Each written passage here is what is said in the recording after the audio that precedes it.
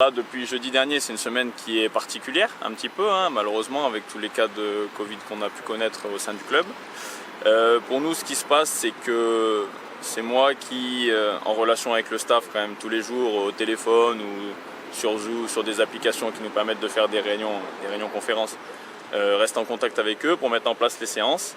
Et donc c'est moi qui m'occupe sur le terrain des joueurs qui ont été positifs et qui ont pu reprendre l'entraînement normalement, et des joueurs qui sont toujours négatifs. On met en place des choses que l'on peut mettre en place avec un effectif réduit et en fonction de ce qu'on veut travailler dans la journée sur laquelle on est, forcément, mais du coup ça va être plutôt des choses basées sur du jeu réduit, du petit jeu, du travail plutôt de conservation, mais c'est vrai, effectif réduit, voilà, donc c'est un peu compliqué de travailler sur grand terrain, sur des distances qui vont ressembler à celles qui sont en match, puisqu'on est en effectif réduit, mais on s'adapte à ça, un peu comme si on a un peu l'habitude de ça. Le jour où on a un peu des blessés ou des mecs qui reprennent juste et les autres qui sont partis en déplacement, on fait souvent ce genre de petites séances qu'on agrémente avec 2-3 personnes de l'effectif du groupe élite.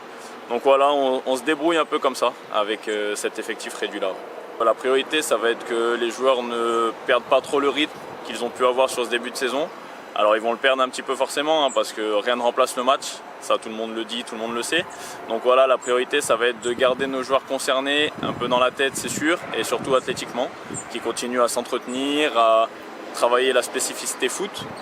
Et voilà, et prévenir aussi de la blessure au maximum. On sait qu'on est dans une semaine qui va être désormais, comme on a appris que le match de Niort ne se ferait pas, peut-être un peu moins dense que d'habitude. Donc voilà, on sait que les corps qui sont un peu fatigués, il faut cette semaine les régénérer pour les semaines qui vont suivre. Ceux qui ont été détectés positifs au Covid, là à l'heure actuelle, donc ils sont à l'isolement chez eux.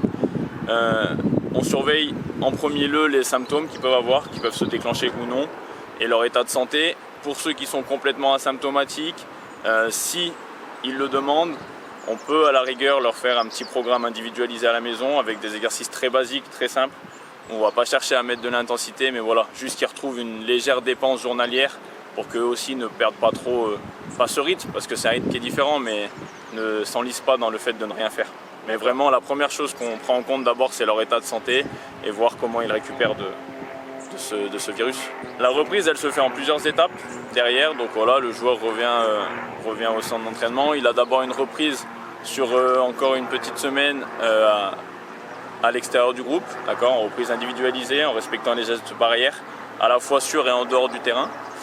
Et si cette reprise se passe bien, si après plusieurs aussi bilans médicaux de notre staff médical, si tout est ok et qu'on a l'aval de tout le monde, alors le joueur peut revenir avec le groupe. C'est vrai que c'est une période un peu délicate de passer d'un entraînement individuel à un entraînement de groupe sur cette période-là. Il faut faire très attention avec les organismes, mais on arrive pour l'instant à plutôt bien s'en sortir. Il y a des étapes à respecter. Rien que pour l'organisme du joueur, c'est très compliqué de passer de 7 jours à l'isolement à un entraînement collectif qui demande, comme on l'a vu aujourd'hui, pas mal de contraintes physiologiques et anatomiques ou physiques, et à pouvoir repasser tout de suite dans du jeu, et encore plus dans un match de Ligue 2 qui est là aussi très demandeur. Donc le joueur va devoir toujours respecter une phase de réacclimatation, de réathlétisation. Un peu comme quand vous revenez de vacances, qu'on est sur une période de préparation physique pour remettre les organismes en route. Ah, ça c'est compliqué, ça va dépendre un peu des symptômes qu'il a pu connaître, de comment il a récupéré aussi de ce virus, de comment il revient ensuite de manière individualisée, si tout est ok, si tous les bilans médicaux sont ok, pardon. Après, c'est vrai qu'il lui faudra, pour une semaine d'arrêt, je pense qu'il faudra au moins 2-3 semaines avant que le joueur puisse retrouver son plein potentiel, en sachant que voilà, le virus ne lui a pas fait trop mal ou qu'il a été complètement asymptomatique. Pour les symptomatiques, c'est un peu différent. Ouais, ça peut arriver qu'une semaine de coupure où vous avez été plus ou moins fatigué soit un peu suivie d'une remise en route un peu plus longue ou avec des organismes un peu plus fatigués, avec des choses qui ont pu ressortir de cet isolement, des faiblesses, des choses qui ressortent d'un arrêt forcé. Donc forcément, des fois, la remise en route, elle est un peu plus compliquée. Après, ça va être aussi peut-être différent d'un organisme jeune, d'un organisme un peu plus ancien. Toutes ces choses-là qu'il faut prendre en compte, un peu comme quand vous revenez de vacances. C'est pas des vacances, mais voilà, l'arrêt il est total et là il est obligatoire, mais il faut bien prendre en compte ça, que le retour peut être un peu plus long pour certains, ça dépend des organismes, ça dépend des personnes, ça c'est un peu aléatoire. Ouais, on arrive à garder la bonne humeur parce que, comme je l'ai dit à vos collègues juste avant, c'est un groupe de joueurs qui est très sérieux, très professionnel, très consciencieux.